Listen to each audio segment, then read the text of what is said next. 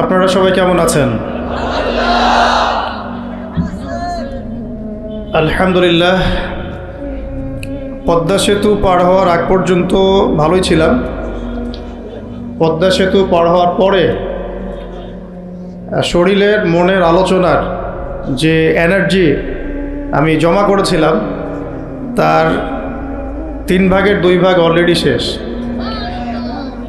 এটা হলো আপনাদের যোগাযোগ ব্যবস্থার কারণে। যদি আগে জানতাম যে রাস্তা এমন, তাহলে বলতাম যে একটা হেলিকপ্টার পাঠান। তো আমি আসছিলাম আর ভাবছিলাম, আমরা গল্প করছিলাম আর কি, যে এই এলাকার এমপি কে ছিল? পলাতক এমপি। তো হ্যাঁ,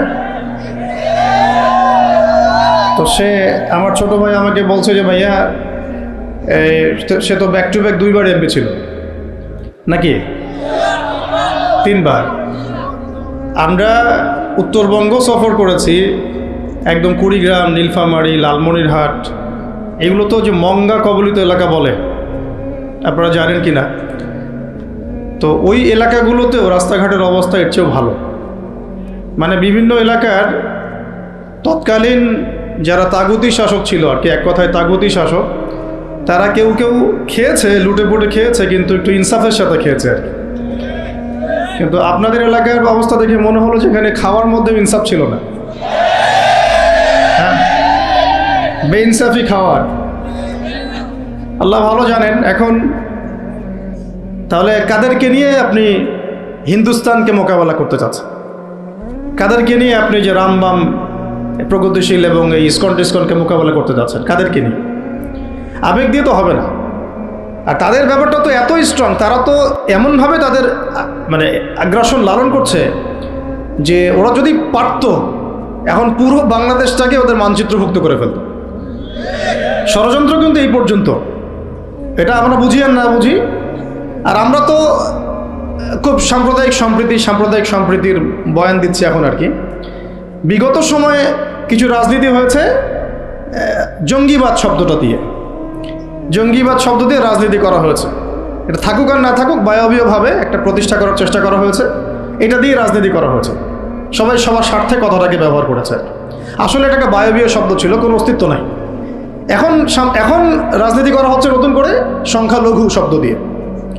কি দিয়ে?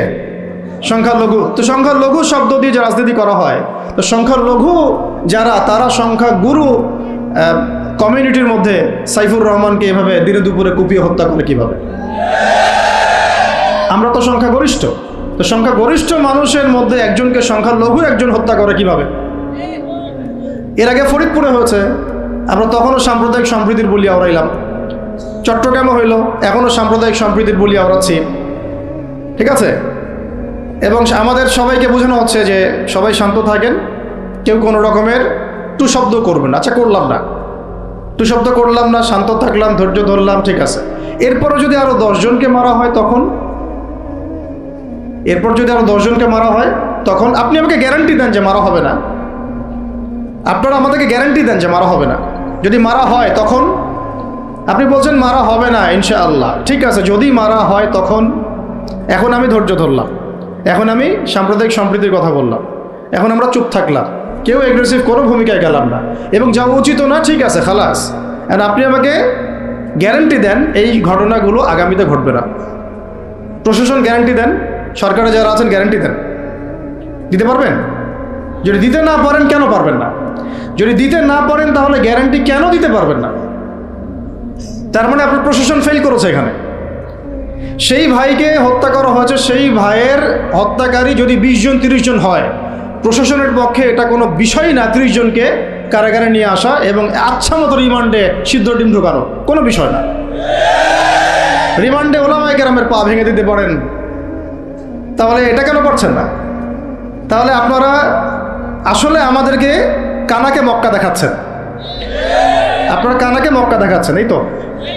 এখন যদি গ্যারান্টি না দিতে পারেন, তার মানে এই সমস্যাটা থাকতে পারে।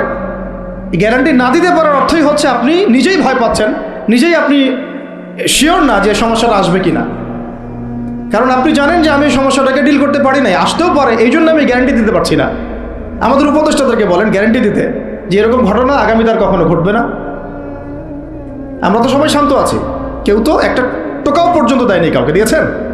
আচ্ছা ঠিক আছে, আবার আমি প্রশ্ন করছি, যদি গ্যারান্টি না দিতে পারে এবং না দিতে পারাটাই তাদের ব্যর্থতা, এবং এর যদি উপযুক্ত বিচার তারা করতে না পারে, না করতে পারাটাই ব্যর্থতা সংখ্যাগরিষ্ঠ মুসলিম রাষ্ট্রে, তাহলে এই ঘটনা যদি আগামী 1 বছরে, 2 বছরে, 5 বছরে আবারও রিপিটেড হয় এবং একজনের জায়গায় 3 জন, 4 জন, 5 জন, 10 জন পর্যন্ত পৌঁছায়, তখন আপনাদের ভাষাটা কি হবে? তখন আপনারা কি ভাষায় কথা বলবেন আর আমাদেরকে কি বুঝাবেন? এটা আমার প্রশ্ন। আরও প্রশ্ন আছে, সাইফুর রহমান যদি আপনার ছেলে হইতো তাহলে কি হতো? সাইফুর রহমান যদি আমাদের উপদেষ্টাদের কেউ হতো তাহলে কি হতো? সাইফুর রহমান যদি আমাদের যে ওলামায়ে কেরামগণ, শ্রদ্ধার সাথেই বলছি, বিনয়ের সাথে, আপনাদের যদি ছেলে হতো আপনারা কি সেম কথা বলতেন কিনা? সাইফুর রহমান যদি আপনার মেয়ের জামাই হতো তাহলে আপনি সেম কথা বলতেন কিনা? এই জায়গাগুলোতে অনেক গ্যাপস আছে। আমাদের এত স্বার্থপর চিন্তা চেতনা যে আমার তো আর নিজের ছেলে মরে নাই, আমার তো আর নিজের ভাইকে মারা হয় নাই, আপনি তো তাকে আপনার ভাই মনে করতে পারছেন না। এখন পর্যন্ত আপনি সাইফুর রহমানকে আপনার ভাই মনে করতে পারেন নাই। সবাই চুপ। আর আমাদের কিছু সুরসুরি মানহাজের কিছু মানুষ আছে, সুরসুরি আর গিরগিটি মানহাজ, মানে তাগুতের নাম এক্স হইলেও তার পক্ষে, ওয়াই হইলেও তার পক্ষে, জেড হইলেও তারই পক্ষে, সবসময় চুপ। একদম সুরসুরি মার্কা ঠান্ডা ঠান্ডা মানহাজ মানুষকে দেওয়া হয় এবং তারা একটু জনপ্রিয়, এই কারণে জনগণও চুপ হয়ে যায়। তাদের একটা স্ট্যাটাস দেখে মানুষ চুপ। হ্যাঁ, আমার তো আকাবির, আমার তো অমুক, আমার স্কলার এই বলছে, আমার শায়েক এই বলছে, বাস আমি চুপ।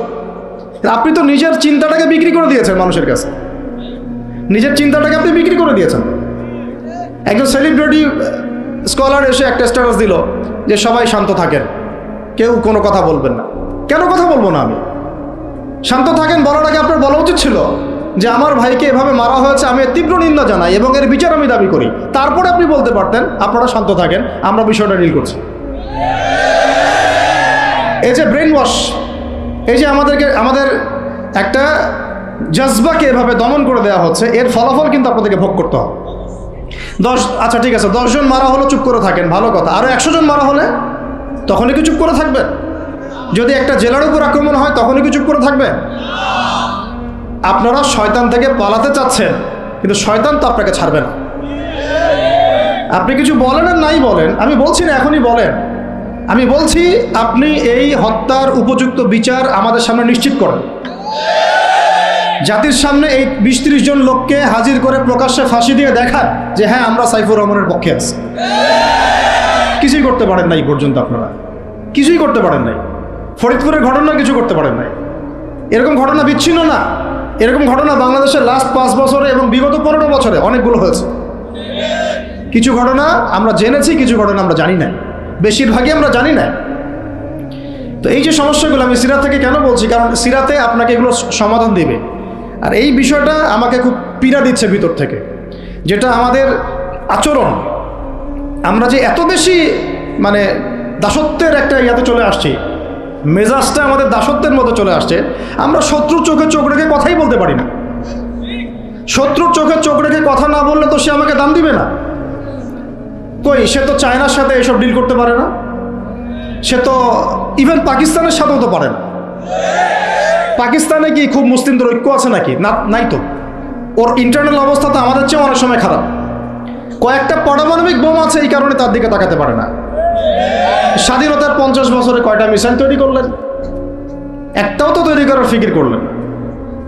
তাহলে বিগত 50 বছরের ইতিহাস যদি আমরা ঘাঁটি, তাহলে দেখব যে যত রকমের মানব রচিত তন্ত্রমন্ত্র আছে, এই তথাকথিত গণতন্ত্রই বলেন, আর এই জাতীয়তাবাদের কথাই বলেন, আর এই তথাকথিত ধর্মনিরপেক্ষতাবাদ, আর এই কমিউনিজম যা আছে সব ফেল করেছে।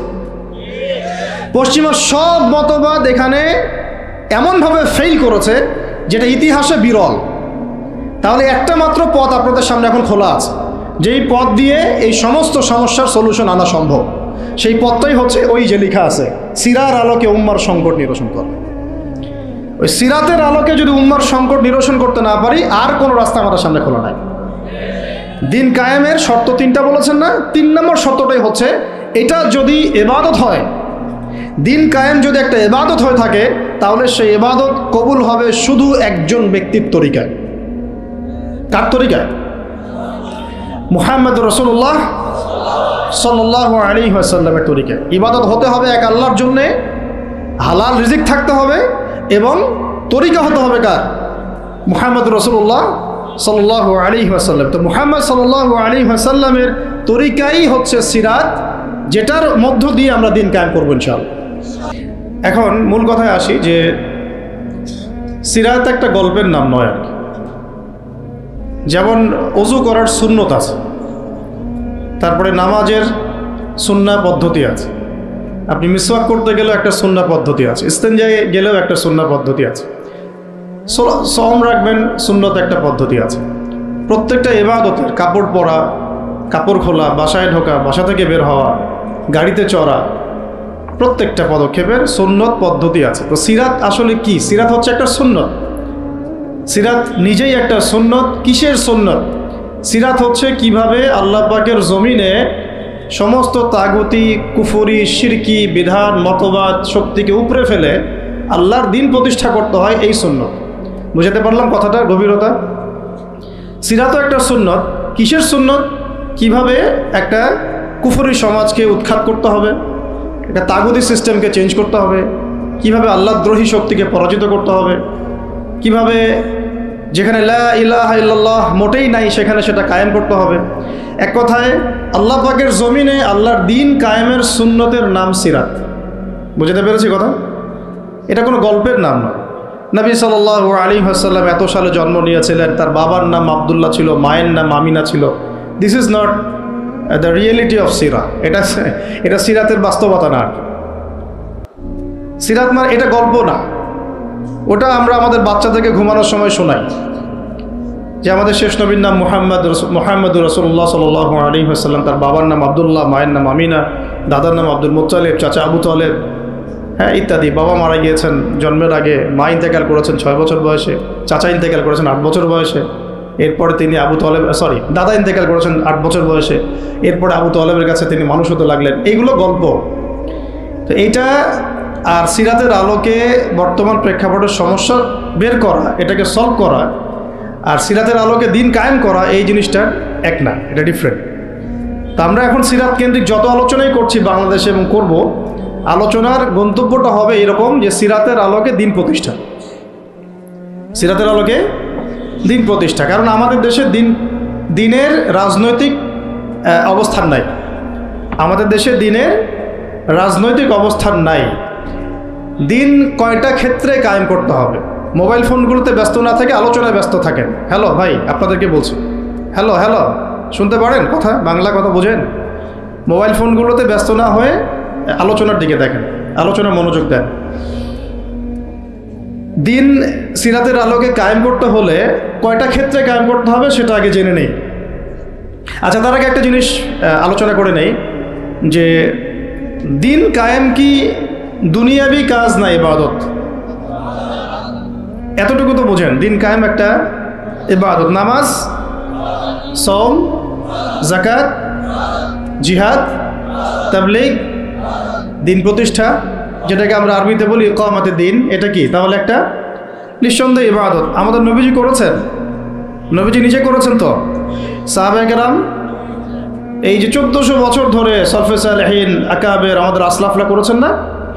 সবাই করেছেন। আচ্ছা, এখন এটা যদি ইবাদত হয়, ইবাদত কবুলের শর্ত কয়টা? একজন বলেন দেখি, ইবাদত কবুলের শর্ত কয়টা? 3টা, তাই তো? বেসিক শর্ত কয়টা? 3টা। একটা হচ্ছে ইবাদত হতে হবে এক আল্লাহর জন্য। কার জন্যে? তাহলে এই আল্লাহর জমিনে সিরাতের আলোকে দিন কায়েম করার লক্ষ্য উদ্দেশ্য থাকবে শুধু এক আল্লাহর সন্তুষ্টি অর্জন করা। শুধু এক আল্লাহকে রাজি খুশি করার জন্যে আমরা আল্লাহর জমিনে দিন কায়েমের চেষ্টা করব। খালাস, কথা ঠিক আছে?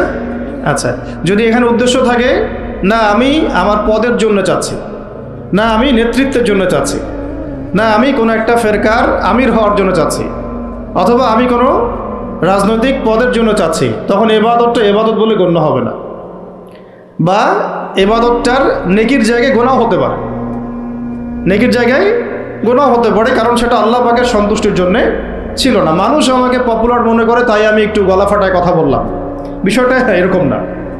কথা এখান থেকে আসবে না, কথা এখান থেকে আসবে, কথা এখান থেকে আসবে না, কথা আসবে কোথা থেকে? এখান থেকে এসে আরশে আজিমের মালিক পর্যন্ত পৌঁছাতে হবে, এই উদ্দেশ্যে আমার কথাগুলো হবে, কাজগুলো হবে। তাহলে দিন প্রতিষ্ঠার উদ্দেশ্য হবে এক আল্লাহর সন্তুষ্টি অর্জন করা, এটা প্রথম কথা। 2, রিজিক হালাল হতে হবে, সেটা তো আমরা জানি। রিজিক কি হতে হবে? হালাল হতে হবে, যেটা আমাদের 90%-এরই কম বেশি হারাম। কম বেশি কি 90%-এরই হারাম। দাড়ি টুপি পাগড়ি জুব্বা পরে আমরা যারা চলাফেরা করি, আমাদেরও বহু মানুষের রিজিক হারাম। অনেকেই সুদি কারবার করি, সুদি লেনদেন করি, অনেকেই মাপে কম দেই, অনেকে আবার আল্লাহর রাস্তায় সময় দিচ্ছি, বোনের সম্পত্তি দেই না। অনেকে দেখা যায় মাল সিন্ডিকেট করি, দাড়িওয়ালা লোক ফার্ম ঘাটে বসে ব্যবসা করছে, মাপে কম দিচ্ছে।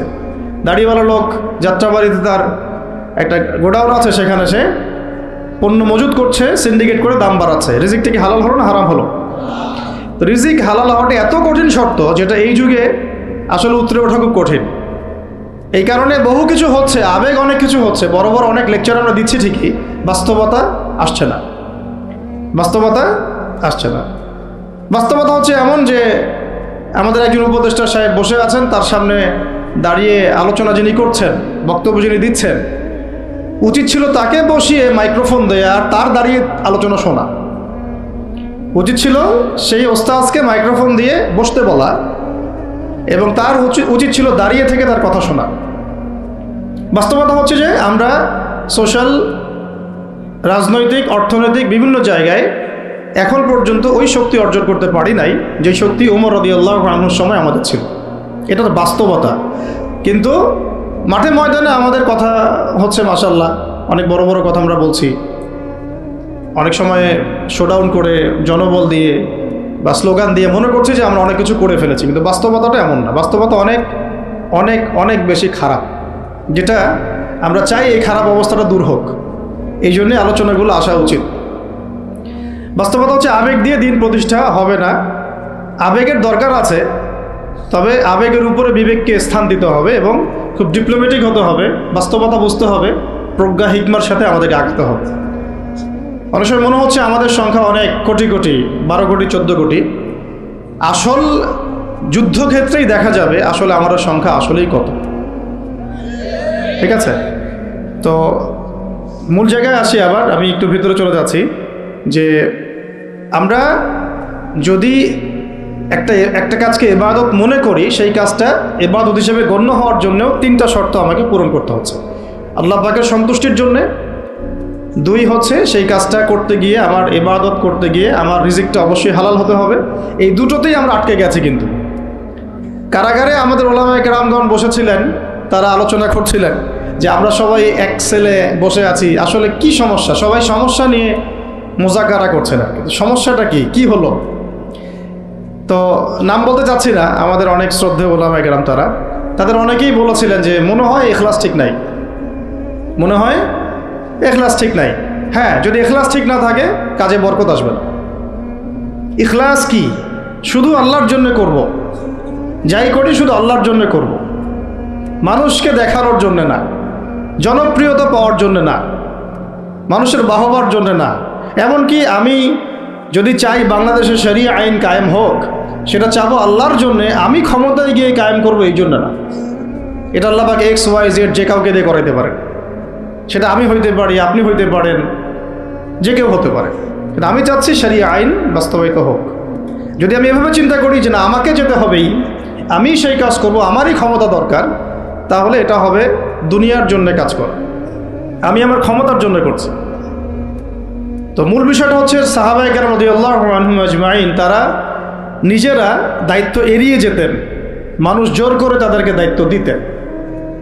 এর ফলে কাজে বরকত হতো, ইখলাস ঠিক থাকতো।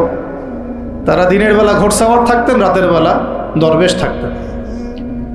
এই জন্যই দেখা যায় যে উমর রাদিয়াল্লাহু আনহুর খেলাফতের সময় একটা বকরির বাচ্চাও না খেয়ে মারা যায় নাই। সুবহানাল্লাহ। আর একটু আগে তো আপনাদেরকে একটা এক্সাম্পল দিলাম যে আপনাদের 3 বারের রাস্তাঘাটের কি অবস্থা। তাহলে 50 বছর, স্বাধীনতার 50 বছর ধরে যারা পুরো বাংলাদেশের রাস্তাই ঠিক করতে পারে নাই, তারা কত বড় দুর্নীতিবাজ চিন্তা করে নাই। 50 বছর ধরে একটা দেশকে রাডারবিহীন থাকতে হচ্ছে, স্যাটেলাইটবিহীন থাকতে হচ্ছে, পারমাণবিক কোনো অস্ত্র নাই, নিউক্লিয়ার কোনো মিসাইলস নাই, কোনো জিওপলিটিক্যাল বড় বড় রাষ্ট্রের সাথে অ্যালায়েন্স নাই। পক্ষান্তরে উল্টা কুফার, তাগুত, মুশরিকদের দাসত্বে আমাদেরকে নিয়ে গেছে। তাহলে 50 বছরের খেয়ানতের লিস্ট করলে মানে এক আসমান থেকে দ্বিতীয় আসমান পর্যন্ত হবে আর কি লিস্টটা। এত খেয়ানত 50-60 বছর হয়ে গেছে। এখনও যে বিষয়গুলো নিয়ে আমাদের কথা বলতে হচ্ছে, এটাই হচ্ছে সবচেয়ে লজ্জা। এই বিগত স্বাধীনতার 50 বছরে আমাদের এমন একটা জেনারেশন রেডিমেড পাওয়া উচিত ছিল, যাদের ঘরে ঘরে আলেম, ঘরে ঘরে হাফেজ। এখন ঘরে ঘরে খুঁজলেও, বোম মারলেও আলেম বের হয় না, ঘরে ঘরে খুঁজে ছান মারলে একটা করে হাফেজ বের হয় না, আলেম বের হয় না। ঘরে ঘরে ছান মারলে যে কোনো একটা টিকটকার ঠিকই বের হয়। এই বাস্তবতা আর আমাদের স্বপ্নের মধ্যে আসমান জমির পার্থক্য আছে। এগুলো হাসির কোনো বিষয় না, এটা হচ্ছে বাস্তবতা। মানে পুরা প্রাইমারি স্কুল থেকে শুরু করে প্রাইমারি স্কুলের শিক্ষক, প্রাইমারি স্কুলের টিচার এবং স্টুডেন্ট, হাই স্কুলের স্টুডেন্ট, হাই স্কুলের টিচার, অনার্সের স্টুডেন্ট, অনার্সের টিচার, মাস্টার্সের স্টুডেন্ট, মাস্টার্সের টিচার, তারপরে যে বিবিএ, এমবিএ, তারপরে যে আপনার প্রাইভেট ইউনিভার্সিটি ইত্যাদি ইত্যাদি, ইভেন বিসিএস সেক্টর, শিক্ষা কমিশন, এমপি, মন্ত্রী, পার্লামেন্ট, সবগুলোকে যদি একটা জায়গায় আপনি বসান, সবাইকে এই 15-16 কোটি মানুষকে একটা জায়গায় বসান, দেখবেন যে এদের 90% কোরআন তেলাওয়াতি করতে পারেন। 50 বছর হয়ে গেছে স্বাধীনতা, আর কোনো রাস্তা খোলা নাই। যত তন্ত্রমন্ত্র নিয়ে আসো, যত তন্ত্রমন্ত্র, এখন তো 4-5টা আছে, আরও যদি নতুন কোনো তন্ত্রমন্ত্র নিয়ে আসে, তারপরেও এই জাতির মুক্তির কোনো পথ নাই সিরাত ছাড়া। এখন আমাদেরকে আগে সিরাত পড়তে হবে ভাই, সবাইকে আগে সিরাতটা পড়তে হবে। সিরাত পড়লে পরে আপনারা বুঝতে পারবেন যে ইনশাআল্লাহ তাআলা কোন পথে আমাদেরকে হাঁটতে হবে। এখানে টপিক অনেক ডিপ দেওয়া হয়েছে, অত ডিপে গেলে আমাদের সারা রাত চলে যাবে। আমি শুধু ভাষা কয়েকটা পয়েন্ট বলতেছি, একটু মনোযোগ দেন। নবী সাল্লাল্লাহু আলাইহি ওয়াসাল্লাম যখন থেকে কাজ শুরু করেছেন, কাজ বলতে আমি দাওয়াতের কাজ বোঝাচ্ছি, তখনকার সমাজটা কিন্তু আমাদের মতো এতটাও মানে কমফোর্টেবল ছিল না। একটা অমুসলিম রাষ্ট্রে তিনি দাওয়াতের কাজ শুরু করেছেন।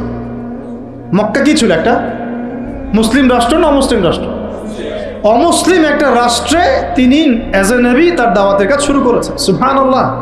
এবং তিনি সেই রাষ্ট্রের একজন পরিচিত ব্যক্তিত্ব, যাকে আস-সাদিক আল-আমিন বলে ডাকা হয়, যার আগেও কোনো গুনাহ নাই, পরেও কোনো গুনাহ নাই।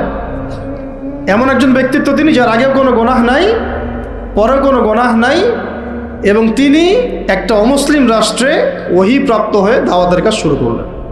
আর আমরা তো মুসলিম রাষ্ট্রে বসে আছি, আমরা তো মক্কায় নাই। আমরা কি মক্কায় আছি?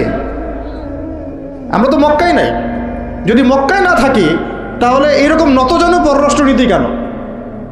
আমরা যদি মক্কার মতো পরিবেশে না থাকি, তাহলে এত নতজানু পররাষ্ট্রনীতি কেন?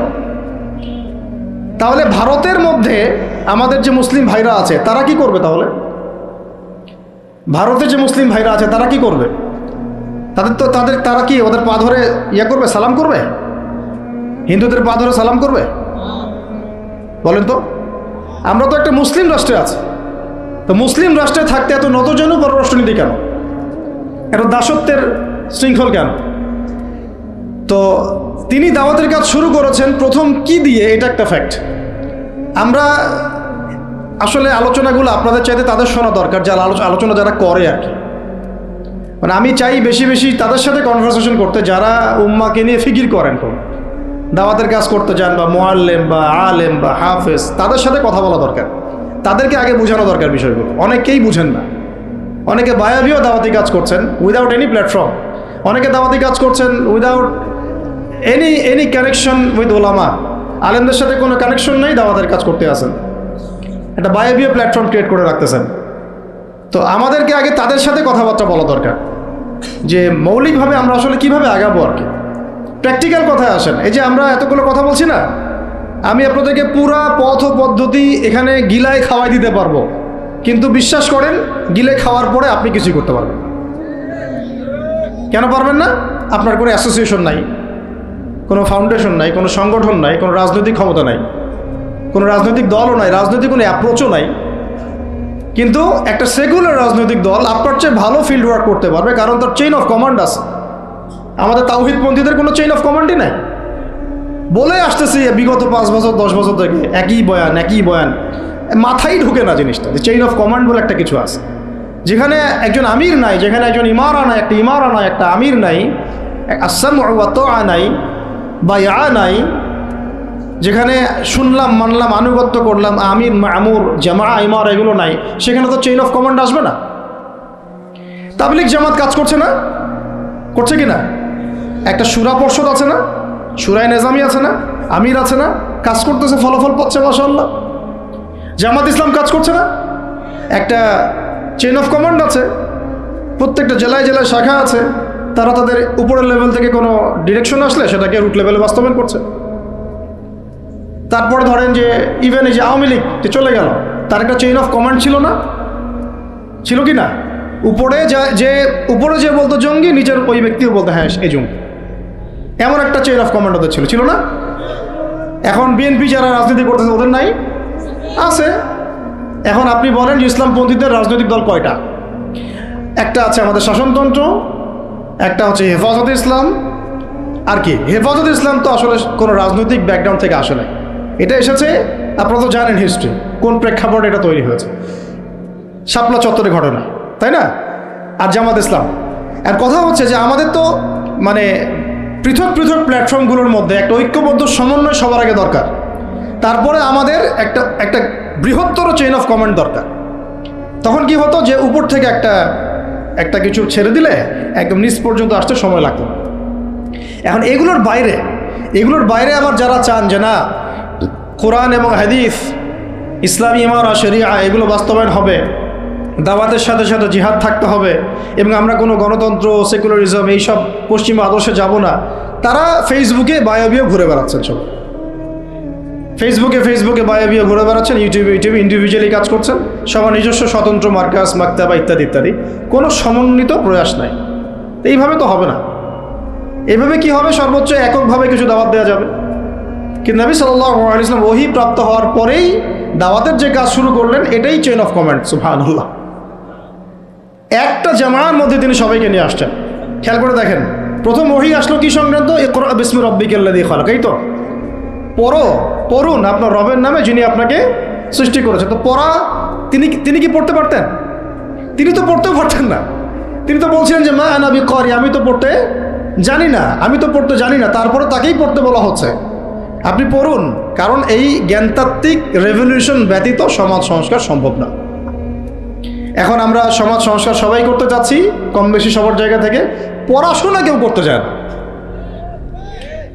আল্লাহর কসম করে বলছি, যারা ইভেন দাওয়াতের কাজ করছি এইসব জায়গায় আমরা যারা দাঁড়ায় আছি না, তাদের অনেকেই ওলামায়ে কেরামের সাথে কোনো তাআল্লুকই নাই, কোনো সিলেবাস নাই, কোনো পড়াশোনা নাই, কোনো ক্রাইটেরিয়া নাই, কোনো অ্যারাবিক শেখার কোনো ফিকির নাই, কোরআন শেখার কোনো ফিকির নাই, তাফসির শেখার কোনো ফিকির নাই। আমি দাওয়াতের কাজ করতেছি, সুবহানাল্লাহ, মানুষ আমাকে সেলিব্রিটি মনে করে, দ্যাটস অল। এভাবে হয়? এভাবে কি দাওয়াতের কাজ হয়? অথচ নবী সাল্লাল্লাহু আলাইহি ওয়াসাল্লামকে আল্লাহ পাক পড়তে বলছেন। তাহলে প্রথম দরকার আমাদের জ্ঞানতাত্ত্বিক রেভলিউশন, যেটা বললাম যে বিগত 50 বছরে অলরেডি আমাদের ঘরে ঘরে একজন করে আলেম, একজন করে হাফেজ থাকা উচিত ছিল। এটা বিগত 50 বছরের শিক্ষা সিস্টেমটা এমনভাবে সাজানো হয়েছিল যেটা একটা ধর্মনিরপেক্ষ শিক্ষা সিস্টেম। এটা এই যে একটা ছেলে বসে আছে 30 বছর বয়স, ওর তো অধিকার ছিল যে সে এসএসসি এইচএসসি অনার্স মাস্টার্স লেভেলে এসে কোরআনের অর্থ করার যোগ্যতা অর্জন করবে, এটা তার রাইটস ছিল। অ্যাজ এ মুসলিম কান্ট্রির একজন সিভিলিয়ান হিসাবে তার রাইটস ছিল এটা, যে আমি একজন মুসলিম কান্ট্রির সিভিলিয়ান, আমার রাইটস আছে স্কুলে গিয়ে কোরআন শেখার, কলেজে গিয়ে কোরআনের তাফসীর শেখার, অনার্স লেভেলে গিয়ে হাদিস পড়তে শেখার, হাদিসের মুতাআলা করার। ইভেন সে মাস্টার্সের পরে ইফতা দেওয়ার মতো যোগ্যতা অর্জন করতে পারতো যদি শিক্ষা সিস্টেমটার মধ্যে সমন্বয় থাকতো। কিচ্ছু করা হয় না এইসব লেভেলে। 50 বছর ধরে এই জাতিকে শিক্ষার অন্ধকারে রাখা হয়েছে। কওমি মাদ্রাসাগুলো যদি না থাকতো, এই দেশ থেকে ইসলামকে মিটাই ফেলে দিত এরা। এটা বাস্তবতা। আলিয়া মাদ্রাসার একটা চমৎকার সিলেবাস ছিল, কিন্তু আস্তে আস্তে ওটাকে এমনভাবে বিকৃত করছিল, এটাকে এমনভাবে দলীয়করণ করেছিল যে ওখান থেকে, আরে ওয়াল্লাহি আমি বলছি, আল্লাহর কসম করে বলছি, আমি নিজেও ভাইবা নিয়েছি অনেকে, 3টা সেন্টেন্স দিলে 3টা সেন্টেন্সের পার্থক্য করতে পারছে না। বিশ্বাস করবেন কি সেন্টেন্স? একটি কিতাব, এটি একটি কিতাব, এই কিতাবটি, 3টা সেন্টেন্স আরবি করতে দিয়েছি, গত পরশু দিন করতে পারে নাই, কামিল পাস। একটি কিতাব, এই কিতাবটি, আর এটি একটি কিতাব, 3টা সেন্টেন্সের পার্থক্য করতে দিয়েছে। কিচ্ছু না এটা, এটা মাদানী নেসাবের প্রথম বছরের পড়া। তাহলে সিগা ধরছি, গর্দান বলতে পারতেছে না, এবারও দিতে দিলে এবারও দিতে পারছে না। এটা পারবে না তো জেনারেল মানুষের, আপনারা তো ইসলামিক লাইনে পড়েছেন, আপনারা পারবেন না কেন? কেন পারবেন না? তাহলে কি পড়াশোনা করলেন? ওখানে তো 10 বছর সময় ঢেলে দিয়েছে। একজনকে জিজ্ঞাসা করলাম যে একটা যে কোনো একটা আয়াত শোনাচ্ছে, ওই যে সূরা হামিম শেষের একটা আয়াত বললো, কি জানি, ওই যে ইন্নাল্লাযীনা ক্বালু রাব্বুনাল্লাহ সুম্মা ইসতাকামু তাতানাজ্জালু আলাইহিল মালায়েকা, এই যে আয়াতটা আছে না, আল্লা তাখাফু ওয়া লা তাহজানু। ঠিক আছে ভাই, এখন অর্থটা বলেন। অর্থ বলতে পারে না। তাতানাজ্জালুর গর্দান দেন, মাসদার বলেন, বলতে পারে না। আলিয়া মাদ্রাসা থেকে পড়াশোনা করেছেন, দাখিল আলিম ফাজিল করেছেন, বলতে পারেন। এটা আপনারাও জানেন, ওলামায়ে কেরাম যারা বসে আছেন, যে অবস্থা কি। শুধু কওমি মাদ্রাসাগুলোর এই মেহনতগুলো যদি না থাকতো, তাহলে অরিজিনাল ইসলামকে তারা মিটাই ফেলে দিত বাংলাদেশ থেকে। টিকে আছে এখন। কিন্তু আমি ওইদিকে যাচ্ছি না, ওইটা অন্য আলোচনা, এটা আমাদের ভিতরের কথা হচ্ছে একজন জেনারেল শিক্ষিত ছেলে, যে এদেশের মুসলিম নাগরিক, তার রাইটস আছে প্রাইমারি স্কুলে সে কোরআন তেলাওয়াত করা শিখবে। শিখতে পারে নাই কেন? কেন পারে নাই? পিতা মাতাও তো মাশাআল্লাহ সুবহানাল্লাহ সেই কোয়ালিটি। ছেলে 10 বছরে কিছু শিখুক না শিখুক, বাংলা ইংরেজি অঙ্ক তাকে শিখতে হবে। কোরআন হাদিস এগুলো তো কোনো বিষয়, এগুলো কোনো বিষয় হলো? আপনাদের কাছে আল্লাহর কসম এগুলো দামি নাই। ওই একদিন 2 দিন ওয়াজ মাহফিলে আইসা আবেগ দেখান। কোরআন হাদিসের পরে যদি মহব্বত থাকতো, ছেলেকে তো আলেম বানাইতেন আপনি, ছেলেকে তো আপনি একজন হাফেজ বানাইতেন কমপক্ষে। আপনি তো ছেলেকে এমনভাবে গড়ে তুলেছেন আপনার জানাজাই পড়তে পারবে না। সেদিন আমরা টাঙ্গাইলে একজনের জানাজা পড়তে গেছে, এক পরিচিত ভাইয়ের আম্মা মারা গিয়েছেন। তো ওই দিন গিয়ে একটা আক্কেল হলো, শিক্ষা হলো, যে যদি আপনি ছেলে মেয়েকে যদি আলেম না বানিয়ে যান, ছেলেকে যদি আলেম না বানিয়ে যান, সঠিক জানাজাটাও মনে হয় ভাগ্যে জুটবে না। হ্যাঁ, একটা মুনাসিব জানাজাও ভাগ্যে জুটবে না। তো আমাদের এই স্কুল কলেজ পড়ুয়া ছেলে মেয়েদের রাইটস ছিল এগুলো শিখতে পারে নাই। অনার্সে পড়ে তার বয়স কত? 20 থেকে 25 বছর। 25 বছরে সে 25টা সূরা জানে না, 25টা সূরার নামই জানে না, 25টা সূরার নাম বলতে পারে। কোরআন বিধান কায়েম করতে আসছেন আপনি, সুবহানাল্লাহ, 25টা হাদিস বলতে পারেন না, 25 জন নবীর নামও বলতে পারে না। ইভেন আমাদের নবী সাল্লাল্লাহু আলাইহি ওয়াসাল্লামের সিরাতের জীবনীটা, পাতলা কিতাবটাও সে কখনো জীবনে পড়ে দেখেনি। এই অবস্থা মাস্টার্সেও বিসিএসেও সব জায়গায় একই চলছে। বিসিএসের যে ভাইবা হয় সেখানে কি ইসলাম ধরা হয়? বিসিএসের ভাইবা যখন হয় তখন তাকে কোরআন তেলাওয়াত জিজ্ঞাসা করা হয়? তাহলে আপনি কোরআন তেলাওয়াত করতে পারেন না, রাষ্ট্র চালাবেন কীভাবে? কোরআনের সাথে কোনো তাল্লুক নাই। তার মানে আপনাদের কনসেপ্ট হচ্ছে রাষ্ট্র আলাদা, কোরআন আলাদা, মানে রাষ্ট্র চালাতে কোরআন লাগে না। আপনার কনসেপ্ট এটাই। হ্যাঁ, না হলে তো কোরআন আপনি আনতেন সিলেবাসে, তাফসির আনতেন, হাদিস আনতেন, সিরাত আনতেন। আপনার কনসেপ্ট হচ্ছে রাষ্ট্র আলাদা, কোরআন আলাদা, হাদিস আলাদা, এগুলো পড়াশোনা আলাদা, ব্যাংকিং সিস্টেম, ইকোনমিক্স আলাদা, ইসলাম আলাদা, তাই না?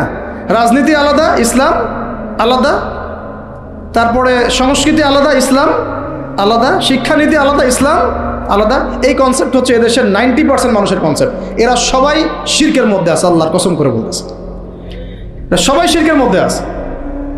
এরা সবাই ধর্মনিরপেক্ষ, সেকুলার।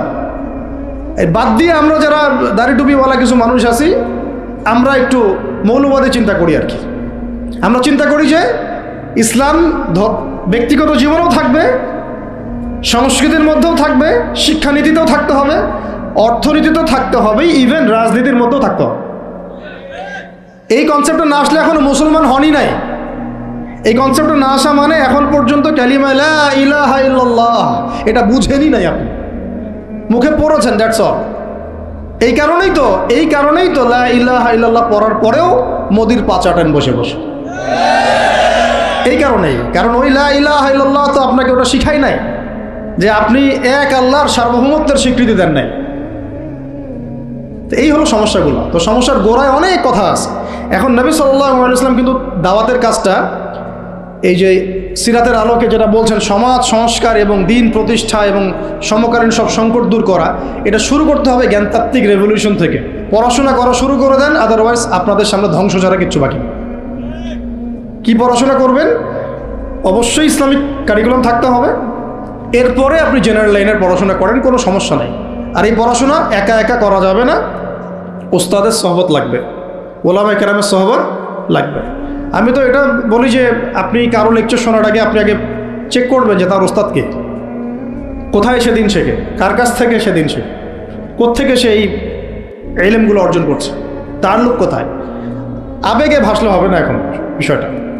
তো পড়াশোনার এখন যে আরও 20 বছর পড়াশোনা না করে আমি কোনো কাজ করতেই পারবো না এমনটাও না, কিন্তু পড়াশোনা আগে শুরু করে। এখন আপনার কাজ পড়াশোনা শুরু করা, ইকরা বিসমি রাব্বিকাল্লাযী খালাকের হক আদায় করা এবং ওস্তাদের সহবতে থাকা। যেমন জেনারেল লাইনে পড়েছেন 20 বছর, একা একা কি পড়েছেন? না, প্রতিষ্ঠানে গিয়েছেন, ডেইলি ক্লাস করেছেন, টিচারের সহবতে ছিলেন, বেতন দিয়েছেন, মেসে থেকেছেন, তারপরে আরও কি করেছেন? বাবার জমি বিক্রি করে দিয়েছেন, বাবা মায়ের জমি বিক্রি করে। সেম অন্ততপক্ষে এতটুকু যতটুকু আপনি জেনারেল লাইনের জন্য করেছেন, জেনারেল লাইনে যদি যতটুকু করেছেন, ত্যাগ, শ্রম, মেধা খরচ, কষ্ট স্বীকার করা, এর যদি অর্ধেকও যদি দিন শিক্ষার জন্য করতে না পারেন, আপনি নিজেও মুনাফেক। আমরা নিজেরাও মুনাফেক। তখন বেশক আমাদের মধ্যে নেফাকি আছে। সুবহানাল্লাহ, আপনি একটা ডিগ্রির জন্য একেবারে 20 বছর ঢালতে পারেন, 20 কোটি টাকা ঢালতে পারেন, বাপের জমি বিক্রি করতে পারেন, মেসে থাকতে পারেন, ঢাকা বিশ্ববিদ্যালয়ের সেই লাইফ লিড করতে পারেন, এক বিছানায় 2 জন থাকি, ফ্লোরের মধ্যে ফ্লোরিং করে থাকা, হ্যাঁ, হাজার হাজার লাখ লাখ টাকা খরচ করা, কষ্ট করে সকালে ওঠা, রাত জাগা, পড়া, পরীক্ষা দেওয়া, অ্যাসাইনমেন্ট, কত কি। আমি তো জানি এগুলো, আপনারা তো অনেকে না জানেন, আমি তো জানি, আমরা তো ইউনিভার্সিটিতে পড়ছি। তো এই পরিশ্রমগুলো আপনি করছেন অনলি ফর একটা সার্টিফিকেট আর একটা চাকরির জন্যে, আর এর 10% কেন 5% আপনি করতে চান না দিনী শিক্ষার জন্যে। তো আমি মুনাফেক না হলে এই পৃথিবীতে আর মুনাফেক কে আছে? তো এই মুনাফেকদেরকে দিয়ে আপনি দিন কায়েম করবেন নাকি? শোনেন, আবেগ দিয়ে বিপ্লব হয়। আবেগ দিয়ে কি হয়? আবেগ দিয়ে বিপ্লব হতে পারে, আবেগ দিয়ে শরিয়া খিলাফা কায়েম হয় না। আবেগই হয়ে একটা বিপ্লব হতে পারে, কিন্তু আবেগ দিয়ে শুধু আবেগ দিয়ে শরিয়া খিলাফা কায়েম হবে না। শরিয়া খিলাফা কায়েম হয়েছে কাদের হাতে? সাহাবীদের হাতে। কাদের হাতে? আমাদের জিন্দেগি যখন সাহাবীওয়ালা হবে তখন শরিয়া কায়েম হবে। পড়াশোনা করে না, সাহাবীওয়ালা জিন্দেগি কীভাবে যাপন করবে? ওলামায়ে কেরামের সাথে তাআল্লুক নাই, সাহাবীওয়ালা জীবন কীভাবে যাপন করবে? নামাজের ঠিক নাই, সাহাবীওয়ালা জীবন হইল কীভাবে? কোরআন তেলাওয়াত করতে পারেন না, সাহাবীওয়ালা জীবন হইল? দিনের জন্য আমর বিল মারুফ নাহি আনিল মুনকারের কাজ নাই, ওই যোগ্যতাও নাই, তাহলে সাহাবীওয়ালা জীবন হইল কি? চেহারা সুরতের মধ্যে ইসলাম নাই, সুন্নতের প্রতি পাবন্দি নাই, সাহাবীওয়ালা জিন্দেগি হলো কি? সাহাবীদের হাতে বদর যুদ্ধ হয়েছে, জয়লাভ করেছে। উহুদ প্রায় জিতেইছি, এটা জিতেই বলা যায়, সাময়িক বিপর্যয় হয়েছে। খন্দক, খায়বার, মুতায়ার মুখ কাঁপিয়ে দিয়েছে কারা? সাহাবীরা। তো সাহাবীওয়ালা ইমান, সাহাবীওয়ালা আমল, সাহাবীওয়ালা আখলাক, সাহাবীওয়ালা মেহনত হলে পরে বাংলার মাটিতে দিন কায়েম হবে। না হওয়া পর্যন্ত এই লাভঝাপ করতে থাকা, আজকে এই বিষয় কালকে ওই বিষয়, আজকে এই ইস্যু কালকে এই ইস্যু, এগুলোই চলতে থাকবে। আমরা এটা চাই না। আমরা চাই এখন যেহেতু দাওয়াতের একটা সুবর্ণ সুযোগ আমাদের সামনে এসেছে, এখন যেহেতু আল্লাহ পাক, এটা আল্লাহ পাকের রহমত, এখানে সবাই ক্রেডিট নেওয়ার প্রতিযোগিতায় লিপ্ত আছে। আমার ক্রেডিটে হয়েছে, আমি এই করেছি, আমি সেই করেছি। এখন তো এমন দেখা যাচ্ছে যে ওই সময় কিছু বলেও নাই, সেও এসে এখন প্রধান উপদেষ্টার পাশ আটতেছে বসে বসে। কি সুবহানাল্লাহ! মানে রক্ত দিল এক ভাই, মানে বছরের পর বছর কারাগারে পচে মরল একদল, বছরের পর বছর, দিনের পর দিন, মাসের পর মাস আয়না ঘরে ধুকে ধুকে মরল আর একদল। ঠিক আছে, বললাম তখন থেকে বের হলে কেউ সুস্থ থাকে না। বছরের পর বছর মামলা মোকদ্দমা হচ্ছে একদল, এক একজনের ঘাড়ে 3টা 4টা 5টা 10টা 20টা করে মামলা। হ্যাঁ, তারপরে বছরের পর বছর এই ফ্যাসিজমের বিরুদ্ধে দাঁড়ানোর কারণে দেশ থেকে বিতাড়িত হয়েছে একদল, হয় নাই? শাপলা চত্বরে রক্ত দিয়েছে আর একদল। তারপরে এই ছাত্র ভাইদের হাজার হাজার পঙ্গু হয়ে পড়ে আছে বিভিন্ন জায়গায় আর একদল, আর শত শত মানুষ রাস্তায় প্রাণ দিল আর একদল, আর উড়ে এসে জুড়ে ক্ষমতায় বসলো আর একদল। সার্কাস চলতেছে, এবং এখন তাদের লেজুর ভিত্তি করতেছে আরেক দল। তাদের লেজুর ভিত্তি করতেছে নতুন আর একটা সম্প্রদায়, নতুন এক প্রাণী। তা চক্ষুর লজ্জাও নাই এদের, চক্ষুর লজ্জাটুকুও না। আগে যখন এক তাগুত ছিল তখন তার পা চাটতো, সুবহানাল্লাহ। এবং ওই তাগুতের এগেনস্টে যদি কেউ কথা বলতো তাকে বলতো খারেজি। কি বলতো? আগে যে তাগুত ছিল তার পা চাটতো আর কি, এবং তার এগেনস্টে যদি কেউ কথা বলতো তখন ওই তাগুতের দালালি করে মানুষকে বলতো খারেজি, অমুক গোষ্ঠী তমুক গোষ্ঠী। হ্যাঁ, তারপরে যখন এই বিদ্রোহগুলো হতে হতে হতে বিদ্রোহ করা বলতে আবার হারাম। বিদ্রোহ করে কি? বিদ্রোহ করা হারাম, রাষ্ট্রের সরকারের বিরুদ্ধে প্রতিবাদ করা হারাম, নাজায়েজ, করলে হবে খারেজি। কিন্তু ছাত্র ভাইরা যখন আন্দোলন করে ওই সরকারকে পতন ঘটায় দিল, তখন আবার নতুন যে সরকার আসছে ওর পা চাটা আবার ফরজ। কি বুঝলেন? কি বুঝলেন? এই চলতেছে। আবার বুঝাই, এক তাগুত ছিল, সেই তাগুত আল্লাহ বিরোধী কাজ করত, কিছু ভাই এর প্রতিবাদ করত, যারা প্রতিবাদ করতো ওদেরকে এরা বলতো খারেজি, এদের মানহাজ ঠিক নাই, আকীদা ঠিক নাই, এরা উগ্র, ইত্যাদি ইত্যাদি। এবং তাদের কারণেই কিন্তু এই ভাইগুলোকে আয়না করে যেতে হয়েছে। এটা খোলামেলা বলে দিলাম, এদের কারণেই এই ভাইদেরকে কোথায় যেতে হয়েছে? আয়না করে যেতে হয়েছে। তারপরে ছাত্র ভাইরা দেখা গেল যে বিপ্লব করে প্রতিবাদ করে একদম এই সরকার ফেলে দিল। ফেলে দেওয়ার পরে যখন আবার নতুন কেউ আসলো, এই নতুন যারা আসলো তাদের পাচাটা আবার ফরজ হয়ে গেল। তখন হইল ফতোয়া কি? সরকার আনুগত্য করা ফরজ। এই চলতেছে। ইসলাম শিখতেছেন এদের কাছ থেকে আপনারা অনেকেই। যাক, আমি এগুলো বলতে গেলে একটু হাইপার হয়ে যায়, আল্লাহ পাক মাফ করেন।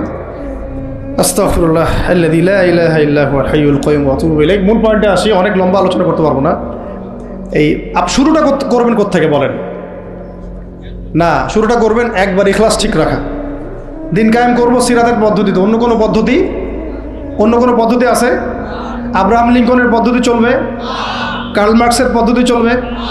ওই চীনের মাও সেতুংয়ের পদ্ধতি চলবে?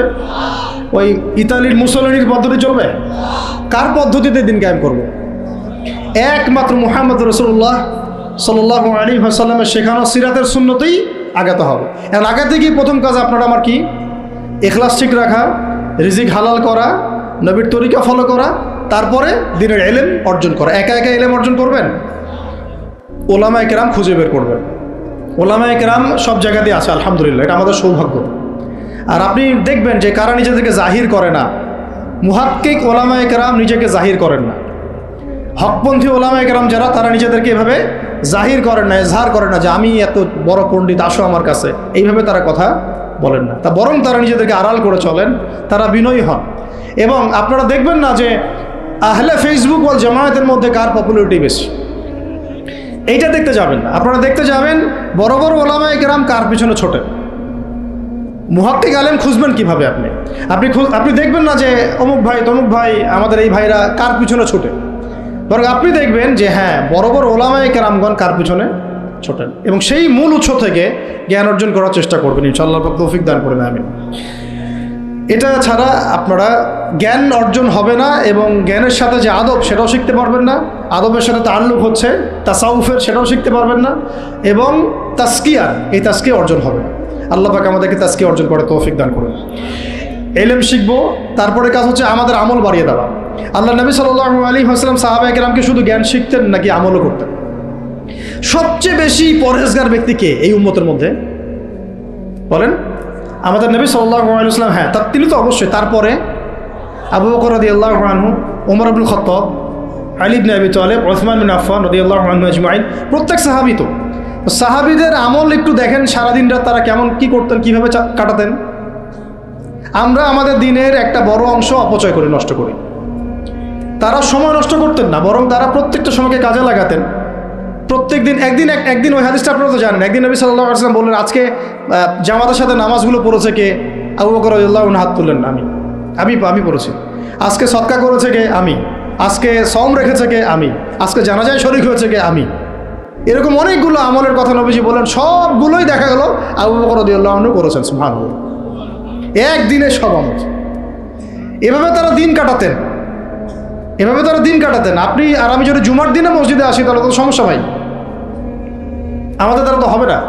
আল্লাহ পাক আমাদেরকে যেন ইসলাহ করার তৌফিক দান করেন, আমিন। আমল বাড়িয়ে দেওয়া। এবার দেখেন, এবার এই জায়গাটুকু বুঝেন, নবী সাল্লাল্লাহু আলাইহি ওয়াসাল্লাম দাওয়াতের কাজ শুরু করে প্রথমে কিন্তু প্রথমেই প্রকাশ্যে দাওয়াত কিন্তু দেন নাই। প্রথমে তিনি 3 বছর, কত বছর?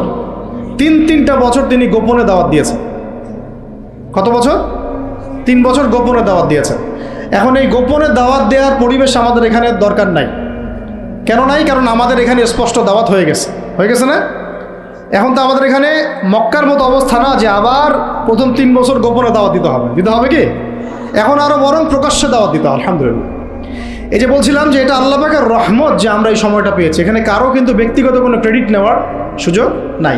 এই যে এখন দাওয়াতের একটা উত্তম প্ল্যাটফর্ম পাওয়া যাচ্ছে, ক্ষেত্র পাওয়া যাচ্ছে, খোলাভাবে কথা বলা যাচ্ছে, এটা কারো রহমত।